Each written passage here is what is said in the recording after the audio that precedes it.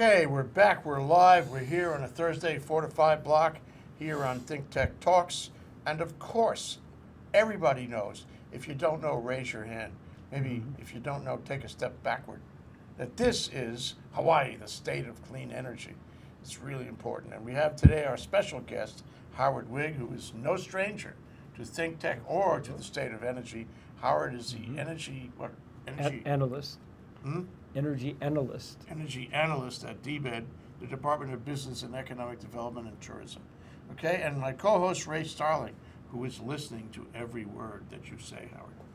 Okay, and I just want to say that we're going to talk tonight about the big news in lighting, in public and transportation spaces. We had a discussion last week about lighting with Stan Wawlczyk, yep, and Howard, and I think we have to expand that because lighting is efficiency. Ray will tell us, and because, or can be efficient anyway, and because we need help in our public spaces and on our transportation spaces, which are also public spaces. So the point of it is that Hawaii, the state of clean energy, which is essentially produced by the Hawaii Energy Policy Forum every Wednesday, follows what's going on in clean energy. And we are rooting for clean energy, and we want to know what's happening and what's not happening. And one thing that is happening is next Tuesday, the 22nd. Am I right about this? There's Energy Day, Hawaii Clean Energy Day at Laniakea, which is the YWCA on Richard Street, downtown here, across the bandstand in the park near Iolani Palace. And we're going to celebrate all day about clean energy. This is the 6th time, right, that the Hawaii Energy Policy Forum has actually presented this program. And we are totally chock-a-block. You're going to be there, Howard? Yes. Okay. And Ray's going to participate for sure. I will be there. I will be there. Yeah, okay. All right. And what about you, Lisa? Are you going to be there? Of course.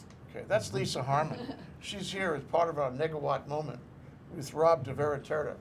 And there he is. He's waved. I have proof. I have witnesses that he waved. And she's here.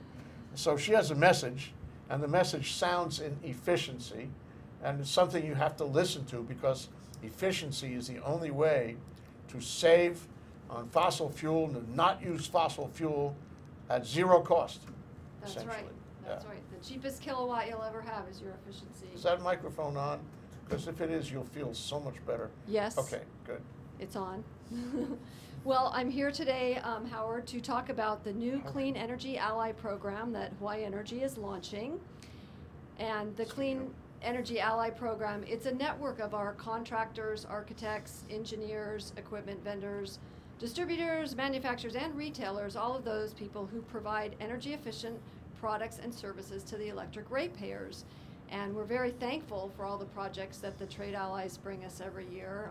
It's a large benefit to their customers, of course, for the incentive funding. And so we're starting a program for them to help them be up to the minute on all our program changes and updates. We're going to have an online vendor directory so they can list their business for customers looking for partners in their energy efficiency projects. That's it? That's it. This reminds me of Forest City. You guys worked with them a few years ago. Oh, sure. They built the marine housing at Kaneohe. And those houses are loaded with energy efficiency devices. I mean, they were totally committed to it. And the point about it is that they prided themselves in their knowledge of how you build a house with energy efficient devices, how you find vendors who knew about how to install those devices. I mean, not only devices, but building materials, everything. And then how you train those people, those construction guys who were working on the project to do a great job and to take that knowledge to other non-federal projects all around the state and raise their level of acumen on exactly how you build an efficient project. So, I mean, to me, it's all about vendors and getting them together and getting them all on the same page. And it sounds like, this program you're talking about will generate that kind of increase in the knowledge level. Yes, yes. There'll be experts in our program. We'll offer them support, training support, educational support, and online resources for them as well. So we want to support them in their efforts to provide efficiency projects to the customers. Never stop, Lisa. Never stop. Well, we keep trying. Lisa actually is in a new position now. We created a new position just to do this. It's a trade ally specialist position. And we recognize that there's so much going on. It's hard to keep up with what the latest thing is. And we have Lisa now, who is going to be managing our trade allies and making sure that they get the kind of treatment that they need in order for them to be out there selling efficiency. Because basically, we can't do it by ourselves. We need the trade allies. They're the ones who actually implement. They're on the front line. They make those close decisions that, that result in having an efficient house or not.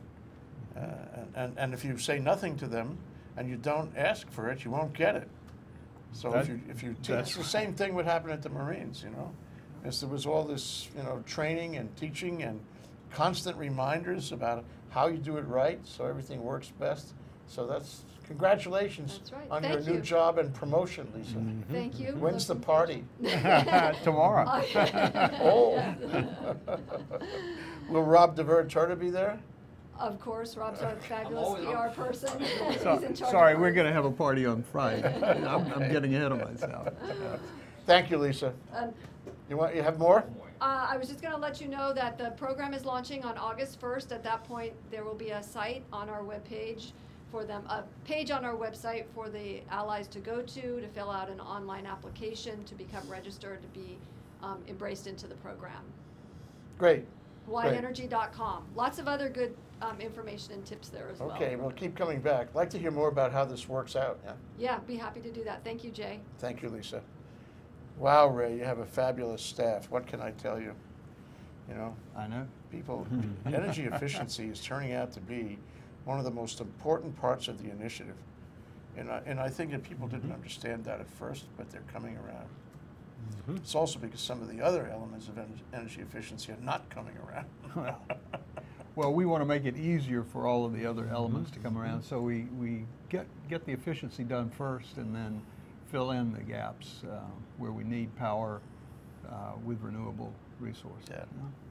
You're definitely in the forefront of what's going on here in clean energy in Hawaii. Okay, Howard, now all the lights are pointing on you, and I mean that. Okay. Okay, so our discussion today, which is a follow-up from Stan Wallercheck from last week, is the news in lighting public and transportation spaces. And I think it's important that we discuss this because there are a lot of them, and a lot of them are old, and a lot of them are not efficient.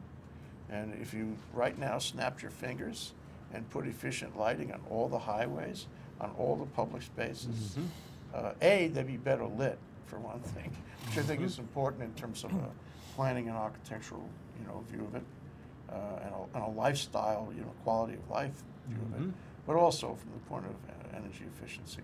So, query, what is the big news? What's out there that we should be looking at, to remake, to redesign, repopulate our public spaces, our highway spaces with better technology going forward? Okay, excellent question. Couldn't have thought of a better one myself. There, you mentioned street lights. On Oahu, the street lights are divided between city and state. The state has the major highways, the city has all the byways, and the city has 51,700 street lights out there. That's a lot. The good news is that they are going to convert to LED streetlights. And many, many cities across the nation have already done so, the biggest being Los Angeles. And are you sitting down? Yes? Yeah, I am sitting down. Los Angeles converted. Some people think I'm standing up, but I'm sitting down. Yes, because of the height. Never there, mind. in fact, yeah. Los Angeles converted 140,000 streetlights to LEDs. Wow. With enormous, enormous savings. And just by the by, a little benefit to that. They started with the high crime areas of Los Angeles, and the police loved it because what's called the color rendition, getting down under the ground, that means when you have good color rendition, which you do under LEDs, red looks red, green looks green, blue looks blue, gray looks gray, and they're much better able to identify perpetuators of crime under those circumstances. They have helicopters in these areas, and they can see a suspect running around the neighborhood trying to duck here and there, and they can see much better where he is, hence the crime rate in these areas has gone down. Wow. Direct side benefit of conversion to LEDs. I offer a thought about that. Mm-hmm. In the last hour, we were talking with Scott Wilson, an architect. Mm-hmm. He's the chair of the Urban Design Committee and very concerned about Kaka'ako. In fact, all the architects are concerned Yes, about Kaka'ako. yes. And so we were talking about, ideal places in the world to model ourselves after. And I pointed out to him that not far from the Duomo in Florence is a beautiful park. And it's maybe 2 or 3 short blocks down an alleyway. And you get to the park, and it's bigger than Mother Waldron Park by far. All lovely green grass, crew cut, beautiful. Like, we couldn't have that here. There's no way we could achieve that in these islands. But ideally, it is possible. And in the park, there's low concrete benches that are very comfortable and easy to sit on for adults and children. Right? And, although I suppose you could sleep on that, but nobody's worried about that. They have their ways of avoiding people sleeping on these benches. One way is that the park is in use 24 hours a day. People love this park so much, you can see them out there 24 hours a day for respite, for recharging their batteries somehow. And there are shops with food around the park, in these wonderful old beige buildings, those old Italian buildings. And there's a church or two, because, in Italy you need a church or two. It wouldn't be right if you didn't have a church or two. Anyway, this park is fabulous. But one thing I didn't mention to Scott, which I would mention here, is the park is very well lit. And for one thing, that means that, funny business is hard to conduct in a well-lit park, in any well-lit space. And secondly is the perception of it, is you feel better, you feel safer in a well-lit place. I was driving, thinking of this very issue. I was driving past Kawananokoa School, which is at the foot of the Poly there, near Nu'uanu Avenue. In fact, it's on Nu'uanu Avenue. And it's got a big front lawn with no fence, an old rock wall, probably a historic rock wall, and a fairly large lawn. There isn't a single light in the place. It's totally dark. And I said, this is a magnet for bad acts. This has got to be a dangerous place, because as you are encouraged by light in the evening time in a place like that, other people are encouraged by darkness. And those are the people you don't want to meet in this park. So this park would come alive, In Chinatown, right near a little village, block away, there's a basketball court, very well lit. And as a result, it doesn't have, dark fringes and danger written all over it. Its message is, I'm open for business. Come play basketball. And so it makes a big difference. We were talking with Stan Wallachek last week. It makes a big difference about what your mental impression is, what your state of mind is when you're there under the lights or not. And so, I just want to throw that in on you, Howard. Sure. To say that if you have something that's well lit, it improves everything for a mile around. And we haven't focused on that here. We need to focus on that. I think people elsewhere are focusing on it. We need to do that, especially with LEDs. And let me just add to that, LEDs can be switched on and off an infinite number of times. They're rugged as heck, unlike other lighting sources. And the technology for motion sensors and heat sensors has gone way, way up. The cost has gone down. In areas like this, they can be activated by motion, so that when there's people there, they're on. Then they have, say, a 30-minute delay, nobody there, they're dark. A bad guy wants to come in, boom, boom, boom, boom, boom, woo, everything's lit up. And a passing police car says, what's going on here at 2 in the morning? So you're saving energy too. Yeah, you're saving energy, and it's activated when it should be activated, dark when it should be dark, and it lights up when maybe nobody's supposed to be there. Yeah. So there's an added energy efficiency. Actually, it to such occurs to me that spaces. we are not well lit in this city. No, maybe the neighbor islands too, we are not well lit. Yeah. There's a lot of places that need greater lighting. I mean, for example, I live near the Poly Highway, and the Poly Highway has these pedestrian crosswalks, okay? And there are death traps. And, you know, people try to cross and they get killed on a regular basis. And, you know, the neighborhood boards, which I was sitting on at the time, get all excited about this, but it's so obvious what the problem is. Yeah. They're not lit. You can't see. Even if you really want to see, you can't see. I agree. I've had several occasions where I've actually seen the person really late. I was able to stop, but the person, you know, sometimes thinks that the traffic's going to stop for them. And you know, just recently, I didn't see the person at all until they were in the crosswalk, and luckily I was paying attention and not going fast, so I was able to stop. And to go to Howard's point, Yes. you don't even have to have those LEDs on all the time. That's If a true. person, you know, enters the crosswalk, the sensor catches him or her, presto, the light comes on.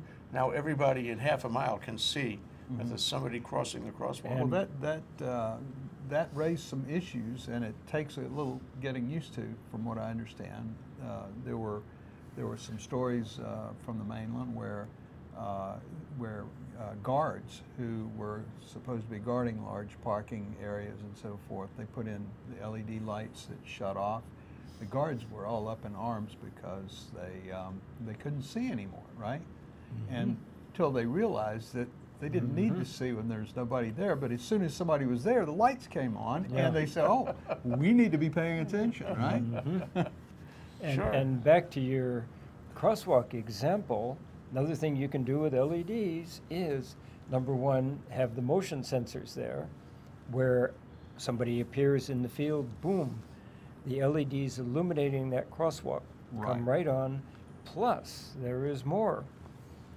You can have LEDs embedded into the crosswalk itself. When somebody is crossing, those little lights in the street, which are hugely, hugely rugged, so they can be run over by trucks and everything, they come on. Now we're talking real safety here. And they can even be blinking, they can be any color you want. Ooh, right. Really make an impression on everyone around. Yeah, and from an energy efficiency standpoint, they're only on when somebody is crossing. Okay, what else? I mean, we have lots of highways that have no lights. I mean, major H3 has stretches where there are no lights. Would lights help? Would Nope. LEDs help? I mean, what's the policy on that? With H3 in particular, you have zero pedestrian. It's strictly a highway. What you need in highways like that are very, very good striping, side striping and lane striping. Maybe lights even. Nope. You're talking to the energy efficiency guy. Okay, sorry. You Sorry, don't I would need never lights. question you, Howard. Yep. When you have very good striping on the edge, this is the edge of the highway, and this is, you can have reflective material in the paint that you put on. You have no hesitation about knowing where the edge of the highway is, and then this is lane 1, this is lane 2, this is lane 3, all well illuminated by the headlights. It's very, very, very safe. Europe usually does this. Let me. And there's no pedestrians out there. This is H3, for goodness sakes. So you're saying, I think I'm getting this now. You're saying on any highway, where there are no pedestrians, talking a freeway of any kind, or one of those cross the mountains kind of roads, You don't need lights. You don't need lights Just use except reflective when tape. Yeah. except when you're going to have an interface, say, with other cars, as in intersections. Then the intersections are lit up, and that too can be by sensors. Sensors are really, really sensitive these days. Well, you know, actually, this goes to the whole question of traffic sensors, but that's probably maybe is that another Yeah, show? Or do you want to that's talk another about show. another I could Okay. talk about that all day long Okay, and twice all on right, well, Sunday. we'll have to reserve time for another Mhm. show on the subject. Okay, But so if you obviously like light, I'm going to give you some light delivered by the city and county of Honolulu. They have 51,700 lights in the residential areas out there. Within a year or so, they will all be LEDs.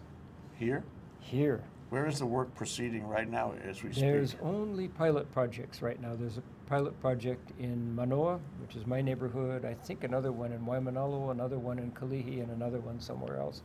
The city has decided that they like it. And dozens and dozens of mainland cities have converted to LEDs already, and the response has been universally positive. The energy savings is about 50%. You go from a 100-watt street light to a 50-watt street light, you get better light down in the pedestrian and car area. Why is that? You are, lo and behold, directing the light down where it's needed. What a concept. With our current lights, high pressure sodium, a lot of light goes horizontal and even a little light goes up. That's utterly, totally wasted. Until the bulb burns out, then you have no light at all. And then you have no light at But all. with and LEDs, it doesn't burn out so quick. the current lights last about 4 years. The LEDs will last at least 10 years. And that has enormous implications for maintenance by the city. When Mayor Harris installed LED traffic lights, traffic signal lights, many, many years ago, he was able to free up 2 crews who used to do nothing but go from traffic light to traffic light to traffic light to traffic light and change out those old lights which were incandescent. Now you just leave them alone. They're going to be not forever, but they're going to be there for years and years and years. These electrical guys can go do something else now. After the Plus break, I'm going to tell you a short story about what I saw in Canada, because you know it's a different country. Yeah. How come we are not advised of this earlier? It's a different country, and in Canada they have lighting devices that I want to tell you about. That's Howard Wiig and Ray Starling, my co-host, and here we are on ThinkTech Hawaii, the state of clean energy, and the big news in lighting public and transportation spaces. An exciting topic. The way Howard describes it, it's something we should have talked about a long time ago. Absolutely. We'll be right back after this break. I'm Hong Jiang, host for Asia in Review on Tuesdays. And I'm David Day, host for Asian Review on Thursdays. Both of us broadcast our respective shows at 4 p.m. And my topics tend to deal with questions related to environment, culture, history, and sometimes human rights. And my shows tend to be on international business, foreign policy, geopolitics, and national security. And you can watch our shows live on the ThinkTech website at thinktechhawaii.com. And you can also watch us on YouTube or Olalo. So come join us on Thursdays at 4 p.m. I'm David Day. And on Tuesdays at 4 p.m., I'm Hong Jiang. Aloha. Aloha. Okay, we're back. We're live. We're here on ThinkTech Talks on a given Wednesday, talking, of course, about Hawaii, the state of clean energy. The big news in lighting, public, and transportation spaces with Howard Wiig of Dept and my co-host Ray Starling. During the break, we had an idea pop up from Ray. Ray, what was that? Oh. Well, I wanted to ask Howard if he could explain a little bit to our audience about the coloration with the lighting, what that means, how it will affect the where you place these lights, and generally just talk about the changes that we might see when these new lights come in. One of my favorite topics. I know. CRI, Color I am familiar Rendition with this, Index. If you look, every set of eyeballs is different from species to species. If you were to put in horse's eyes, you wouldn't believe what you were seeing.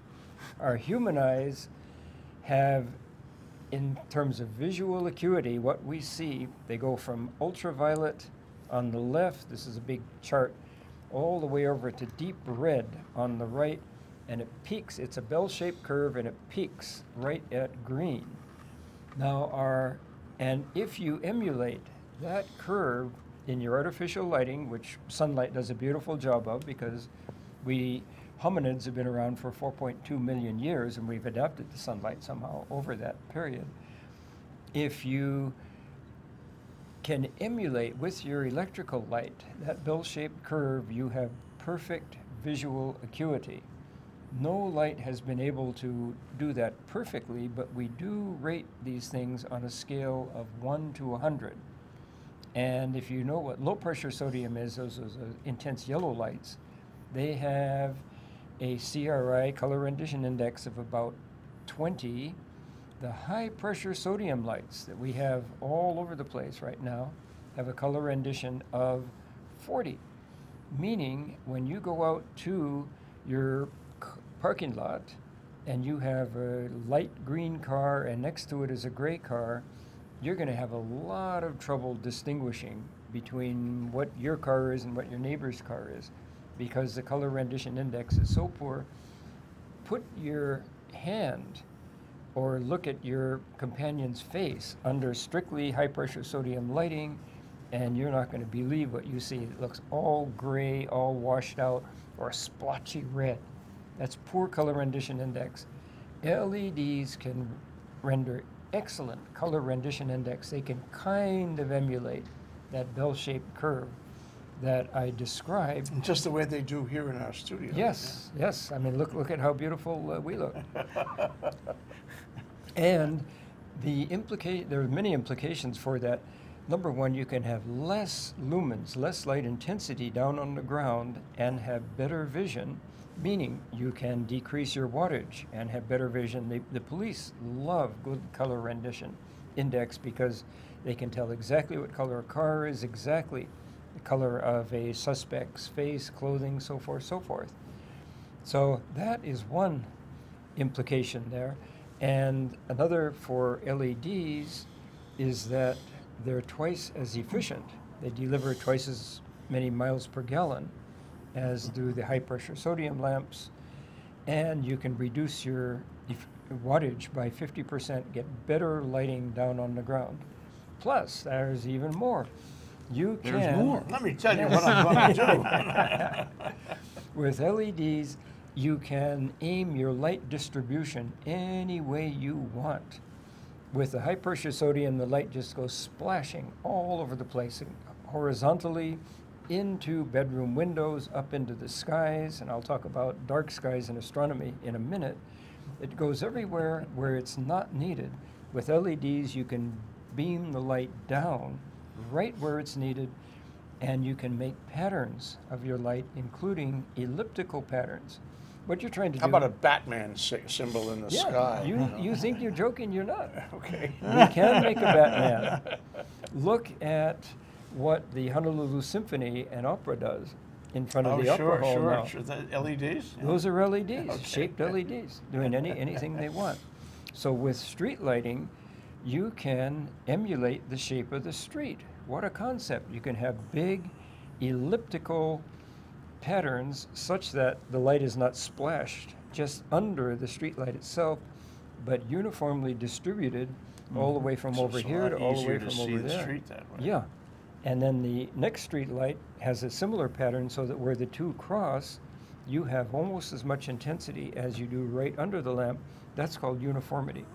The human eye loves uniformity, whereas with the high-pressure sodium, you've got a big puddle of light under, dark, a big puddle of light under. Is it that you don't need as many light poles, lights, if you have LEDs instead of sodium? You could do that for new applications. Trouble with that, with existing poles, is that it costs a heck of a lot to dig up an old pole and put in a new one. Yes, so you want to, whereas when you convert, all you need to do is take what's called the head of the light out, which is only about 2 or 3 feet long and 8 inches wide. Take that out, snap in the new pole. But in a new installation. In new installations, you can have fewer lights. Yeah, because you can form this elliptical pattern. Yeah. Yeah. Howard, what is the payback? I mean, it costs something to go change these lights out, but they say 50%, and you have less maintenance and so forth. What you have an idea? I did a really, really rough estimate with the city conversion, 51,700 lights. If the per fixture cost is $400, and that's an old figure, I suspect it's come way down, to convert all of these lights is around $20 million. The yearly savings is $2.8 million a year, approximate payback time 7.36 years, but that's an old figure, that $400 per fixture. I suspect, I should have done some research, that it's maybe down around $300 a fixture now, because LEDs are becoming so common, the mass production is driving the per unit cost down. So if it's, say, 300, then your payback time would be under 5 years. Oh. And again, you get better light down on the street, safer light, and the maintenance just goes out of the window. You just don't need to maintain these things for another 10 years. So you mentioned that there was some pilot installations, but no large-scale installation. No large scale. In Manoa, where I live, it's just one block of 2 side streets. Yeah. So why pilots? I mean, don't we know this? What you've been talking about, don't we know this as a matter of We know this. absolute knowledge? You'd have to consult with the city street lighting people on that. You know, It's their decision, not mine. If we were Aku head Papuli, we would pick up the phone and call them now, and ask them that question. But we're not going to do that. We're going to move on. We're not going to do that, yeah. So, that being the case, it seems like to me there's really only one policy choice here, and that is to do it. The problem is that if you want to spend, $20 million? And this is real. This is not official Whatever figures. it This is. is my back of the envelope. If you want to figure. pay, spend 10, 20, whatever it is. Oh, you don't have to spend it, but we'll get back to that in a minute. Okay, you can fold that into your answer. Yeah. It requires the money. And everybody in government is always antsy about spending the money. So how do we fund on this kind of thing? Because it's an upfront cost. Brilliant question. Couldn't have thought a better one myself. Enter the wonderful world of performance contracting. That is where you enter into a contract with a private entity who looks at the numbers that I've been slinging around and says, by George, if we pick up all the upfront costs, the engineering, the design, the purchase of the materials, even the installation, it will cost X. And the savings, this is a beautiful thing about lighting, the savings will be Y, and you know what those savings are. Therefore, if we front the city all of this money and then charge them less than they would be paying otherwise, so that they have a small positive cash flow from month 1 after expending $0, we will get paid back in, say, 7 years. Then we own the system during this time, and we're leasing these fixtures to the city. When they have paid us back, of course, there's a finance and labor expense attached to this. When they paid us back, we sell them the whole system for $1, and they're scot-free, saving all the money. That's called performance contracting. It's become more and more ubiquitous Is it happening now. in Hawaii now on anything? Yeah. A lot of the retrofits that we've done in the state buildings have been via performance contracting. Okay. Well, I mean, I think it's brilliant and appropriate, and it saves government. It's a financing deal, so the government doesn't have to spend the money right now, and so you don't have that kind of budgetary pressure and political pressure and so forth. Another advantage is that the private contractor is beholden to these numbers. He's projecting these numbers. If he doesn't meet them, he eats the cost. So he's going to be gosh darn sure that he achieves those savings that he's projecting. And you can, therefore, it's a trust thing. You can trust him more because he's putting his money where his mouth is. Yeah. Well, I mean, it sounds terrific. Well, I'd like to move on to another possibility that all of this kind of suggests, and that is the integration of solar and public lighting. I'm not talking about top of your roof. I'm not even talking about government buildings. I'm talking about street lights. Would you believe our rapid transit system?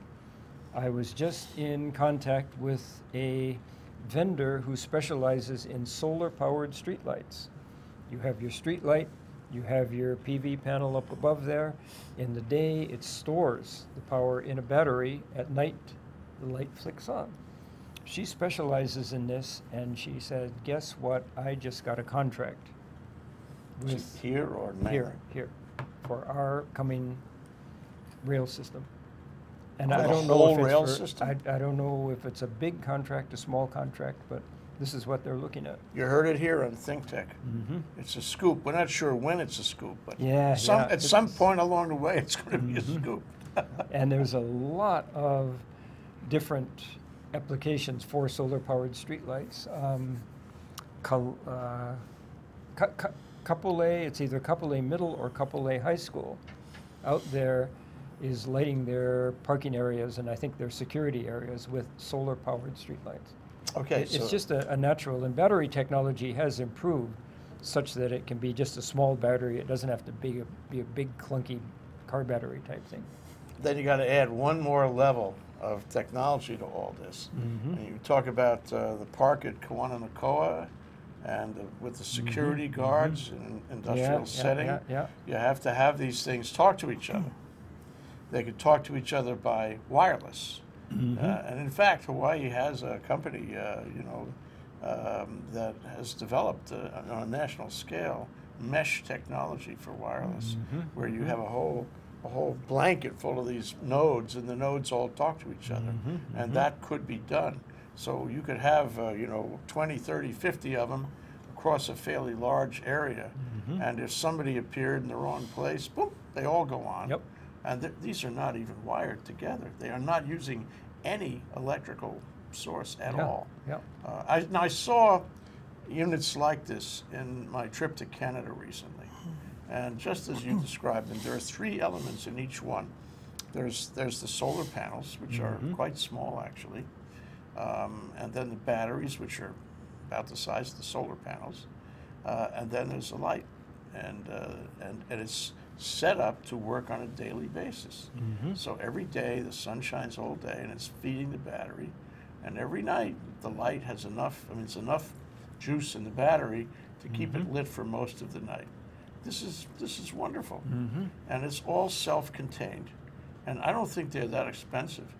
And if you put that, I guess it's too much trouble to put something like that on a string of lights on a highway that's already wired. And it's just like a step back, not backward, but a step that you're not using the resource that's already there. But if it was a new stretch of highway or a new road or Kaka'ako, for example, or a new park, there should be many new parks, then this could light it relatively cheaply, because labor, digging ditches, laying cable, all that is very expensive. So if you just plant them in the ground and they work all by themselves, and they network with the others by wireless, by their own wireless system, you could achieve a lot for a relatively small expenditure. This is exactly why solar-powered streetlights are coming in, is because it costs an arm and a leg to trench those pukas to feed the lines in there. A lot of upfront cost, and instead of doing that, why not put the upfront cost of the PV panels? And incidentally, the batteries are so good that they can last for 2, even 3 days, because you ask yourself, say in Canada, what happens if you have a totally overcast day and you have almost zero solar insolation on that thing? Well, the answer is the battery can go for the second day. How are we going to do that? Ray, you must have an answer. I mean, this technology it's all over the place. Well, and it's constantly changing. Getting better. It's getting better, and it's getting more and more efficient. And I was saying just yesterday that our team at Hawaii Energy is actually trying to work themselves out of a job. One day, there won't be a need for somebody to be really pushing energy efficiency and conservation, and it will be something that's so inbred in the culture that and the technology continues to get better. Now, I heard just the other day they're coming out with an LED light that's about 50% more efficient than the current LED lights. Now they're going to get it down to where they're slicing really small slices, but it's half of what you're paying. And when you're putting lights in a whole city, it might even make sense to change them out to the newer model before the old model gives up the ghost, so to speak. So it's a continuing process, and that's why those of us who are in this business are really excited about working in it. That's the old story. It's like buying a computer. Do I buy the one that's there right now, or do I wait 6 months for better technology? And when do I get on the train? Yeah. Well, you need to start. Today's a good day. Start. There you go. You heard it here. By the way, Ray, if you ever work yourself out of a job, there's always room for you at this table. I understand. Thank you. Now, just to back that up, I got a monthly newsletter from one of the leading lighting distributors in Hawaii. This is basically high-end. I was looking through every one of the products. Every one of them, including outdoor lighting, is now LEDs. No fluorescent, no high-pressure sodium, certainly no incandescent. Every one of them, and this is for strip lighting to replace the fluorescents, for task lighting, for screw-in-the-bulb type lighting, street lighting. Here's small LED floodlights for very narrow little applications. Everything. It's all LEDs. It raises the question of maintenance, I mean, if you have what do you call it, the high pressure bulbs, and one goes down, say, in 4 years, somebody has to get on a long ladder and get up there. It takes them a while to change that bulb. And most of us have gotten stuck on the H1 in the last few months. Yeah. And you ask yourself, you really, really are inconvenienced narrowing down to one lane. And you ask yourself, what if they have to change one of these lights? Answer, they have to get a big truck with a cherry picker. They have to cone off everything to be safe. They have to hire cone a couple off 2 of lanes. off-duty police officers. Yep. It's really expensive. It's disruptive. You get your LEDs in there, you're home free for 10 years. Yeah, so it's more, the savings is way more than you calculate. You can factor that in. Well, it's even more. You got to think somebody has to, price these things, go out and bid, stock them, and make sure that they're there when they're needed. It's a huge process. It's a whole enterprise. So anytime you Lots of labor can involved. just make the life longer, Yeah. nothing else, just the life longer, saves a lot of money. But we're going to save money on the efficiency of the light bulbs as well. I've read several studies where the conclusion is that the maintenance savings is greater even than the energy savings. That's not surprising. Yeah. So, I mean, I keep coming back, at least in my mind, to the question of how do we achieve this? It's something you play with every day, Ray. We can be more efficient, and in being more efficient, we can save an enormous amount of money and risk from volatile prices and fossil fuel. But how do you get off the dime? How do you raise the money and have the political will? How do you get out there and do it? It's sort of like, I hate to make this parallel, it's sort of like fixing the potholes. It ain't easy, and it requires a lot of political will, a lot of labor, a lot of buy-in, and a lot of aggravation to do it. Right. And frankly, for me, and I know you will disagree, Howard, I don't see this happening anytime soon. I'll disagree. For one thing, Ray The glass is half empty, half full. What? Half full, because Lisa just talked about the Trade Ally program.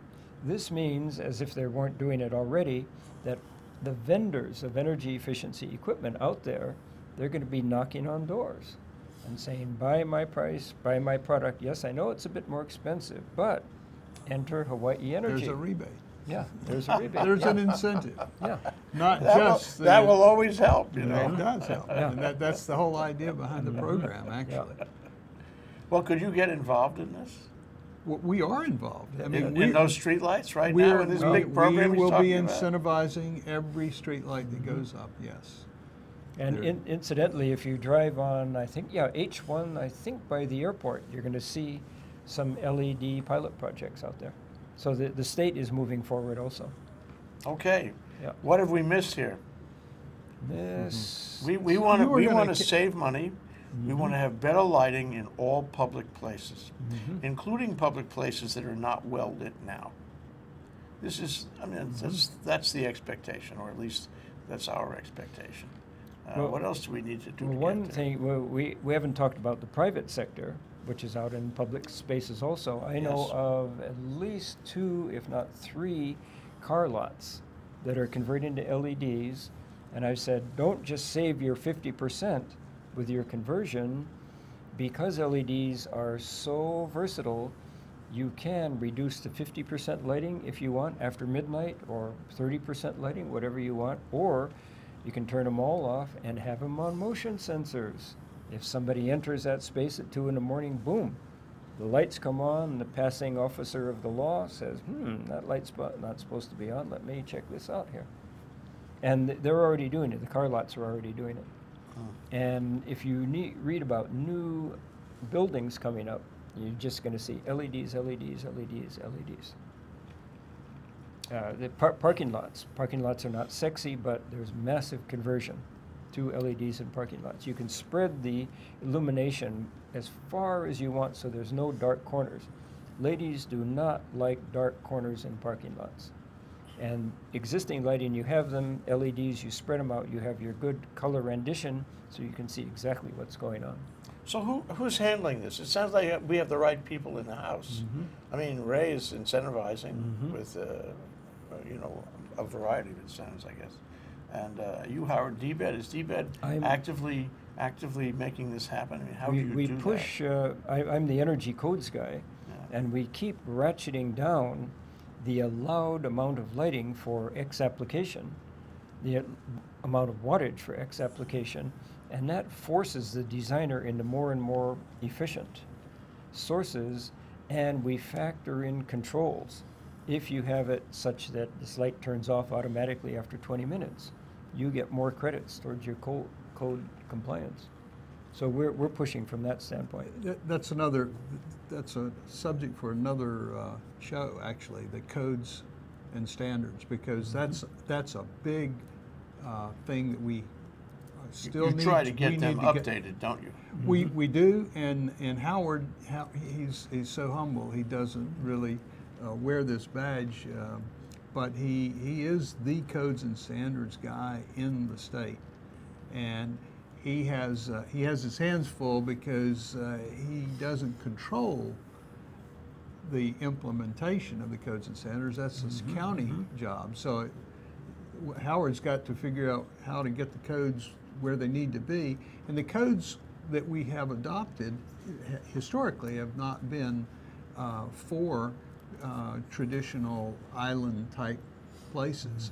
And so they're not quite right for our tropical climate. Howard here has actually been writing tropical provisions for these codes, I understand. And it's at a national level now. Oh, yeah. There's a whole new climate zone called the tropical climate zone. But you were the first, right? Yeah. You Yeah, got it going. And so we're really lucky to have Howard, and we just need to get the counties on board and get them doing the latest and the greatest.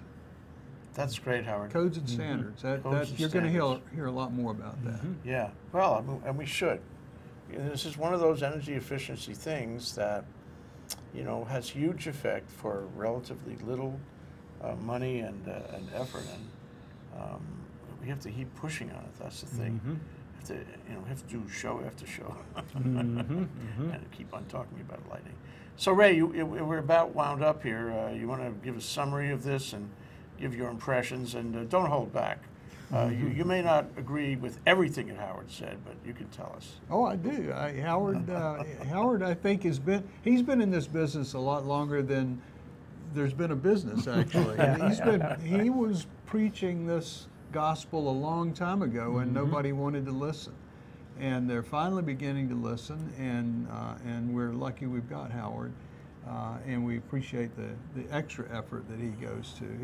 He could probably retire and go fishing now if he wanted to, but I think he's having too much fun. He's finally seeing the product of his efforts over the years coming into play here. So basically, you know, the lighting is going to continue to change. We're going to see this new lighting coming here in Honolulu. And it's going to be great. It's going to have people talking. You know, at least today, if somebody's in the neighborhood, it's not supposed to be there, you kind of hear the dogs as the person's walking up the street. Old-fashioned sensors. Yeah. In the new Honolulu, you'll just look out the window, and if the lights on each light pole are popping on, you'll know Howard was involved and got those things, so they're set up so that they can actually track the person walking down the street, or, you know, light up the path that the person's going to be on. So there's a lot more to come. Yeah. Well, Howard, I mean, you're doing important work. Don't stop for a minute. But I also want to add that it seems clear to me that there are some people in this world who really love what they're doing. And they're going to continue to do it because of that. Some of them may be at this very table. It's Howard Wiig and my co-host Ray Starling here on ThinkTech Talks, talking about Hawaii, the state of clean energy, talking about the big news in lighting, public and transportation spaces. Thank you so much. Our pleasure. Thank you. Aloha.